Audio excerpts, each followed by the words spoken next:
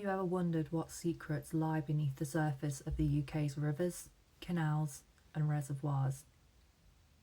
Over the past few years, a chilling theory has been making its way through online forums, being whispered in comment sections and quietly feared by families and communities. That a serial killer or killers could be operating in the UK and using bodies of water to cover their tracks.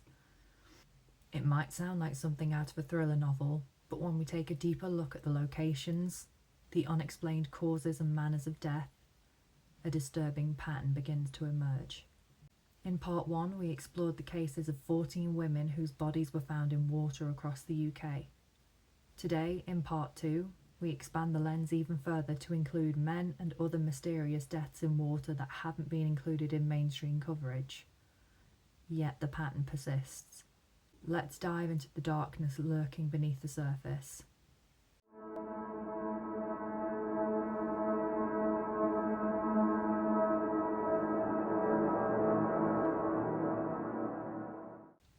I do just want to start this video by giving my usual disclaimer that this video is for informational and educational purposes only.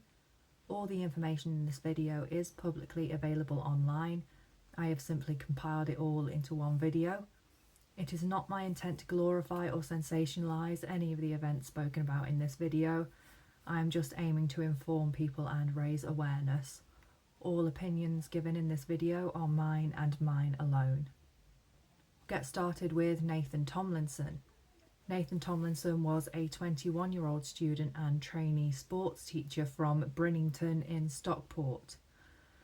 He was last seen on the evening of December the 17th, 2010, leaving the Mitre Bar in Manchester city centre shortly before 10:15 p.m. after having some festive drinks with his friends. So I have just compiled some CCTV recordings of Nathan when he was last seen moving through Manchester. This piece of footage is Nathan inside the Mitre Bar in Manchester city centre, where he can be seen exiting from the front doors of the bar and out into the city of Manchester on his way home for the evening.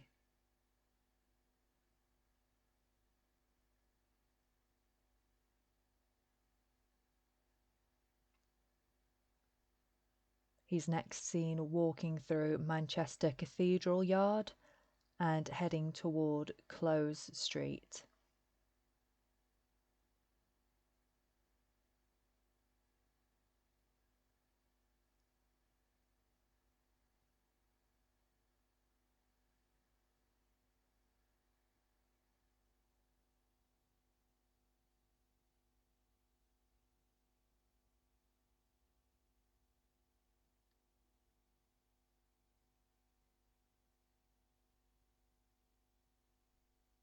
Here again, Nathan can be seen at around 10:20 in the evening, crossing a main road and heading towards Adelphi Street in Salford, where he was captured for the final time on CCTV that night. This is the last known sighting of Nathan alive.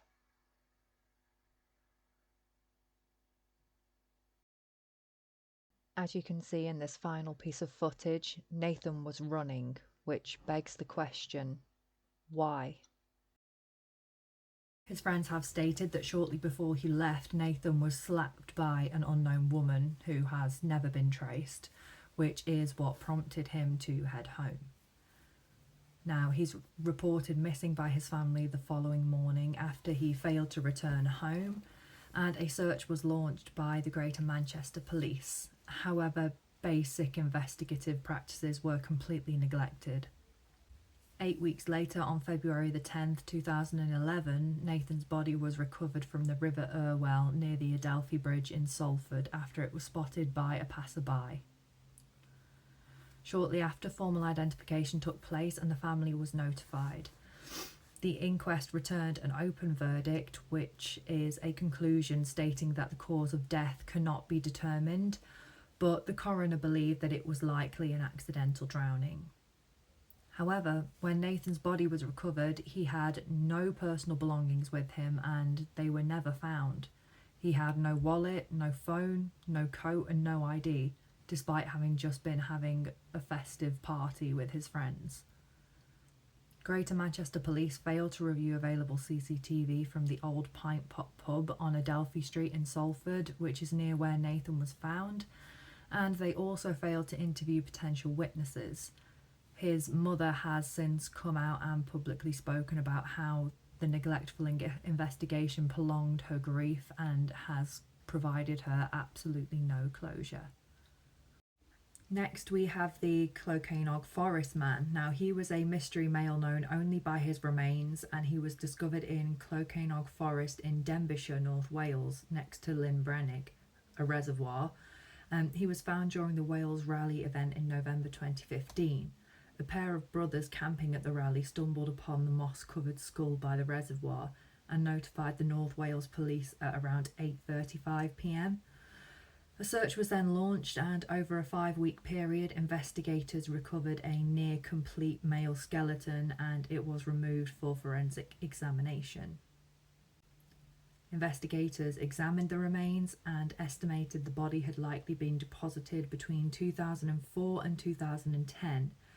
His age was estimated to be over 50 and his height between 5'8" and 5'11". Examination of the remains also showed that the man had suffered prior spinal injury and fused vertebrae. He had a broken nose, a wrist injury, and signs of arthritis. These injuries likely limited his mobility and caused chronic pain. A full DNA profile was extracted but remains unmatched in UK databases, and facial reconstructions of the man were aired in September 2016, but his identity remains a mystery. Clothing and a coat were found near the remains, but it couldn't be confirmed that they belonged to the victim. A forensic pathologist concluded the cause of death was blunt force trauma to the head, suggesting homicide, but due to the level of decomposition and finding only skeletal remains, they couldn't rule out that the body may have been deposited into the reservoir. Moving on to December 2015. A man's body is found next to Dovestone Reservoir in Saddleworth, UK. No phone, no ID, and no belongings other than some train tickets, an empty box of thyroid medication, and £130 in £10 notes. After months of forensic work, the body was identified as that of David Litton, a 67-year-old man originally from London who had flown back to the UK from Pakistan just days before he was found. He was seen on CCTV at Ealing Broadway and Euston stations in London. He then travelled to Manchester on the 11th of December 2015, where he entered the Clarence pub in Greenfield and asked how to reach Saddleworth Moor. Now, he was advised by locals against going due to it starting to go dark and them knowing it was a dangerous area. Ultimately, his cause of death was ruled as strychnine poisoning. Now, strychnine is a rare and deadly rat poison which is difficult to find in the UK, and it would have been an extremely painful way to die. But no container was ever found near the body. No one knows who gave him the poison. Was it himself or was it someone else? No one knows why he returned to the UK or why he ended up in the reservoir. The coroner returned an open verdict and ruled the manner of death as inconclusive. This case remains one of the UK's most perplexing mysteries. An intelligent man travelling alone cross-continent, only to die from poisoning next to a remote reservoir. Moving on to Peter Curfey. Now, Peter was a 44-year-old man from Marsh Green in Wigan. He was a former rugby player and a semi-professional swimmer. Peter was last seen on the 17th of March 2022, where he was captured on CCTV at a garage in Challenge Way in Wigan, and he was seen walking in a zombie-like state towards the canal. He was never seen alive again, and he was reported missing on the 19th of March after he failed to attend his own 44th birthday party. A search was launched, and around 3 weeks later, on the 11th of April 2022, a member of the public discovered his body face down in the shallow section of the Leeds and Liverpool Canal near Horton Street in Wigan. This is despite reports that the area had been searched prior. Formal identification eventually took place and the family was informed of the discovery.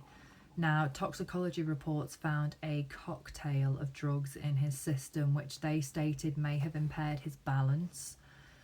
His death was ruled an accidental drowning at the inquest, though the manner of death remains unexplained. Now, many people find it hard to believe that an ex-professional swimmer could have drowned in such a shallow section of the canal, and the coroner themselves admitted that they don't believe he intended to enter the water, which has left his friends questioning if he was pushed into the canal. Next up is Hayden Griffiths. Hayden was a 24-year-old man from Loughton near Wigan. He was a trained sailor and he had actually been selected to train with the GB sailing team, and he was very skilled in water safety. On the 19th of July 2022, during the hottest day of that year, Hayden reportedly entered the water at Wallasey Beach at 9:30 p.m. with the intent to swim to the offshore wind turbines and then turn back, but he vanished. Now, RNLI crews launched an extensive search operation, but after 18 hours the search was suspended. And only 5 days later, on the 24th of July 2022, Hayden's body was recovered near Pier Head, Liverpool, several miles from Wallasey Beach. Formal identification was conducted by Merseyside police through photographs and personal belongings. Now, the inquest took place on the 22nd of December 2022, and the coroner ruled his cause of death as accidental drowning, which at first seems completely logical and indisputable. It seems like the only explanation. But according to family, he was supposedly on a first date with a woman at the time, but no such woman has ever been found or has ever come forward.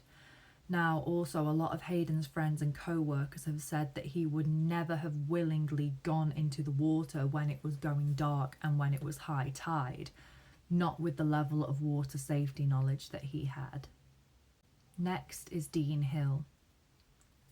Dean Hill was a 34-year-old man from Sidmonton near Newbury in Berkshire, and he was last seen at approximately 9 p.m. on the 11th of November 2023 at the Starting Gate pub in Speen, Newbury.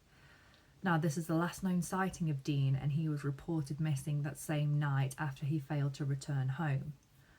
An investigation was launched in late 2023 and lasted well into 2024, but eventually the search went cold. And around 20 months, so nearly 2 years later, Dean's body was recovered from the River Thames near Hambridge after being spotted by a member of the public. His family was informed, and on the 23rd of July this year, formal identification took place. Now, his death is not being treated as suspicious, though the cause of death has not yet been confirmed. A file is being prepared and submitted to the coroner for further investigation, so I will update you on that when it comes out. Next up is Martin Richardson. Martin Richardson was a 27-year-old man from Bocking near Braintree. He lived with his grandmother and he had Asperger's syndrome, which made him routine-oriented and extremely vulnerable. He was last seen on the 24th of August 2024 at around 8:25 p.m, where he was seen on CCTV leaving a family birthday party on Church Street in Bocking. He was seen leaving on a blue bicycle. Now, the following morning on August the 25th, his grandmother reported him missing when he hadn't returned home, and a search began immediately, with Essex police conducting door-to-door inquiries, phone and finance checks, and reviewing over 900 pieces of CCTV evidence. Just 2 days later, on the 27th of August, Martin's bicycle was found hidden in some tall grass near the River Blackwater, only a few fields from his last known location. Now, the discovery of his bicycle prompted the addition of local search teams, drone teams, marine units and divers to join the search. but it would take months before Martin was found. Finally, on November the 16th, 2024, a volunteer-led search group located a body in the River Blackwater near the Chase in Bocking. Shortly after, on November the 25th, the body was formally identified as Martin Richardson and the family was informed. The inquest took place on April the 25th, 2025, and the coroner ruled the cause of death as unascertained due to water damage and level of decomposition, and no manner of death has ever been made public. However, his family have stated that he was in good spirits the night he disappeared, and they reportedly find his death unexpected and extremely suspicious. Moving on to the case of Chris Ring. Chris Ring was a 73-year-old man from Belper in Derbyshire, and he was a well-known figure in the area, and he served on the board of local environmental group Transition Belper. Now, very little information is known about Chris's last known movements or sightings. It was really difficult to find anything online. But we do know that he was reported missing on the 13th of June 2024 by his peers at Transition Belper. Now, an urgent search and appeal was launched the same day, and just 3 days later, on June 16th, officers recovered his body from the hydropool stretch of the River Derwent at Milford. Formal identification took place shortly after, and next of kin were informed. Now, very few details about the inquest and the findings of that inquest have been made public, but police have stated his death is not suspicious, and they ruled this within 48 hours of finding his body, although his cause of death is still listed as unexplained. The local community stated that he was a peaceful man and that he was deeply devoted to local activism. They find his death completely unexpected, and they did not believe that he would be willing to take his own life. Next, on the 18th of October 2024, a walker called emergency services at 8:30 a.m. after spotting a body floating in the Clwyd reservoir in the Cambrian Mountains. The body was in an extremely poor condition and in an advanced state of decomposition. Forensic examiners estimated that the body must have been in the reservoir for several months before it was found. Despite this, they were able to determine that the body was male. It was between the age of 30 and 60 years old, was approximately 6 foot tall, and weighed between 14 and 16 stone. The body was found wearing a Zone 3 Agile wetsuit in a size XL. Now, even local police have described the circumstances of this as highly unusual. There was no car, no bicycle, no luggage, no nearby tracks at the site, and no vehicle was ever recorded in the small car park. The wetsuit that he was found in may indicate that he could have been an amateur open water swimmer or a triathlete, but a lack of any swim-related gear nearby suggests otherwise. There was no towel, no rucksack, no dry clothing. There have been no matches identified by DNA in UK databases, and there are no missing person reports that align with his presence in the area. Authorities could not determine a cause or manner of death, though they stated there are no signs of foul play, despite not knowing who he is, how he got to Clwyd Reservoir, and finding absolutely no personal belongings nearby. Next up is Shemislav Gebka. Now, Shemislav was a 42-year-old man and local resident of Spalding in Lincolnshire. He was known to local authorities for minor driving offences, and he was last seen by his friends in central Spalding on the 28th of October 2024. Now, sadly, there was actually no missing persons report made for Shemislav, and there is a huge lack of information about his movements after his final sighting and when he was actually found. On the 2nd of November 2024, at approximately 9 a.m, a member of the public spotted a body in the watercourse at Fulney Lane South, which is just outside of Spalding. The body was recovered and identified as 42-year-old Shemislav, and his next of kin were notified. A Home Office autopsy was conducted, but the inquest has not yet opened. Though the police are treating his death as unexplained, they are saying there is no signs of a struggle, no signs of foul play, even though there was no vehicle and no personal belongings at the scene, and reportedly no reason at all for him to have been at the watercourse, leaving the local community wondering if foul play was involved after all. Finally, I'm going to talk about Jack Ayres. Now, Jack Ayres was a 22-year-old man, and he was a promising and talented boxer. He was well known and well loved in his community. On the 3rd of March at approximately 2:30 a.m, he was seen walking along Sharpham Drove in Somerset after a night out, and sadly he was never seen again.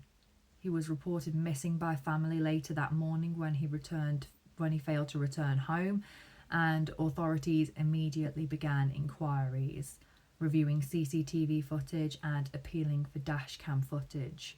But just hours later at 1:45 p.m, a member of the public discovered a body in a drainage ditch near Sharpham Drove. Shortly after, the body was identified by his family as that of Jack Ayres.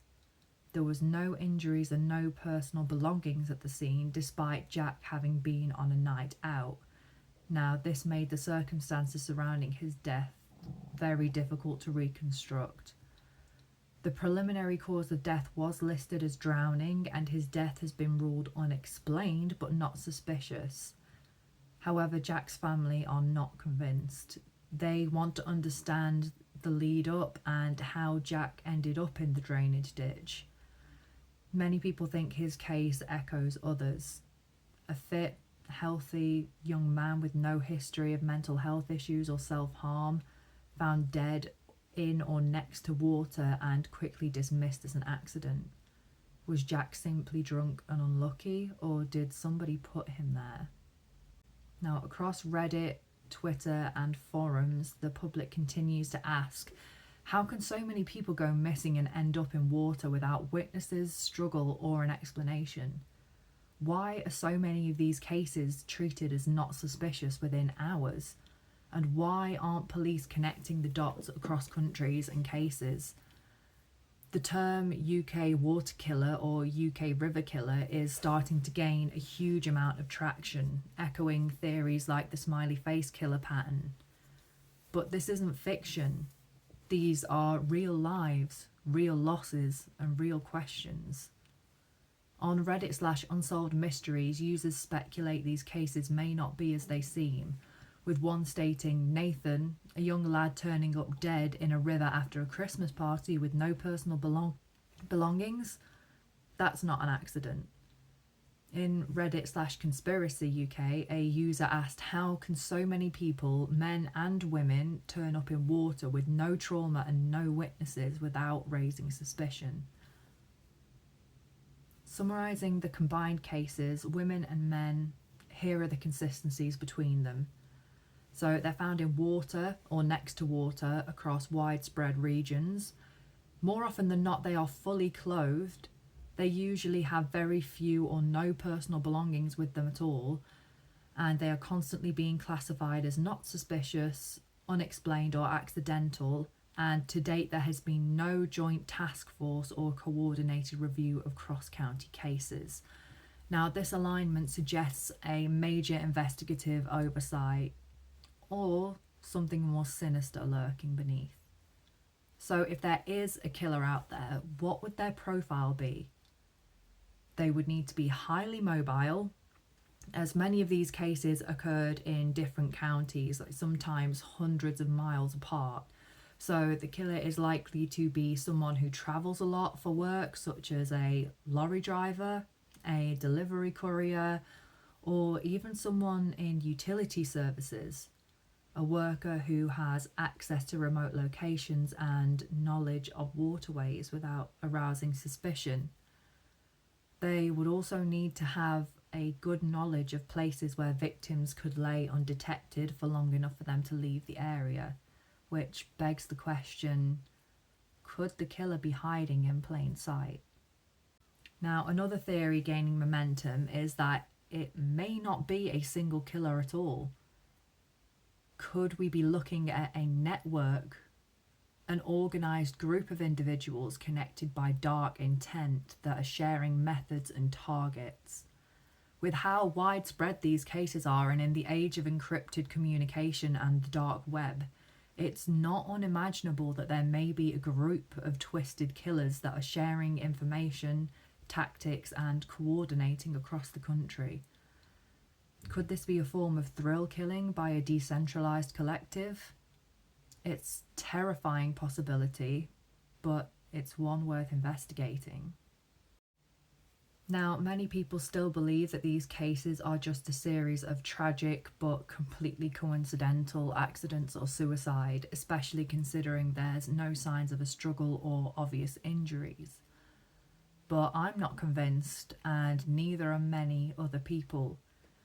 If you're watching this video, then you must at least be wondering if it's a possibility. Now, a psychologist, Professor Craig Jackson, was quoted in a prominent online article saying that it is extremely unlikely that such an alarming number of bodies is the result of accidents or suicide. And he also stated that drowning is not a popular suicide method. Now, has anyone considered the use of drugs? I mean, GHB was detected in some of the autopsies, but not in others. Though it is worth remembering that GHB clears the system very fast. It would make the victims unable to fight, unable to swim, and the immersion in water would hide the evidence entirely. Or, in the more recent cases, what about the terrifying new drug circulating in the UK called dragon's breath or devil's breath, which is a potent anticholinergic that is blown into victims' faces, and when inhaled it renders them completely disoriented and extremely weak. This is a little animation created by Zach D showing how devil's breath is used. Now, apparently it sends you into a zombie-like state where you will be willing to do whatever the attacker told you to, but it can be extremely dangerous, with reports that it can cause heart failure, respiratory distress, and comas. It's perfect for incapacitating unexpected victims. Could this be a series of opportunistic crimes by different people? Could there be one or more serial killers using water to erase evidence? Or could it be something even more complex and as yet undiscovered? All we do know is that too many questions are being left unanswered. As we piece together these tragedies, one question keeps surfacing. Is it possible that these aren't isolated events? Could these mysterious water deaths from Manchester to Essex, Wirral to Berkshire, be connected by something sinister? Historically, we've seen killers operate under the radar for years, sometimes decades. Take Peter Sutcliffe, the Yorkshire Ripper, who evaded police for years, and he spanned a vast geographic area, largely thanks to his job as a lorry driver. He wasn't tied to one city or region. His occupation allowed him to travel freely, targeting women in multiple locations and avoiding detection by exploiting the gaps between jurisdictions. So, what if something similar is happening now? Many of these recent victims, both men and women, are found in rivers, canals, and waterways that crisscross the country. The nature of the terrain alone makes it difficult to establish a clear pattern. But consider this: if a person or even a group was mobile, say a long-distance lorry driver, a train conductor, a utility worker, or someone employed in infrastructure, they would have the means to traverse these locations without raising any suspicions. They would know when and where surveillance is weakest. They'd have the knowledge to make a body disappear, or at least appear as a tragic accident. In the absence of answers, we're left with a chilling truth that there is something very wrong with how these deaths and these missing people are being investigated, or more suitably, not investigated.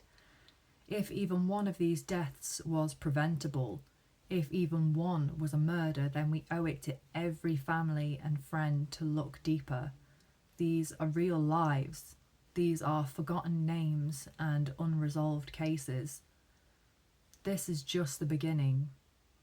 Keep searching, keep asking, and if you know a case that fits this pattern, or you've seen something that doesn't sit right, leave a comment, send an email, or talk to someone, because the truth may lie beneath the surface and it might be darker than we think.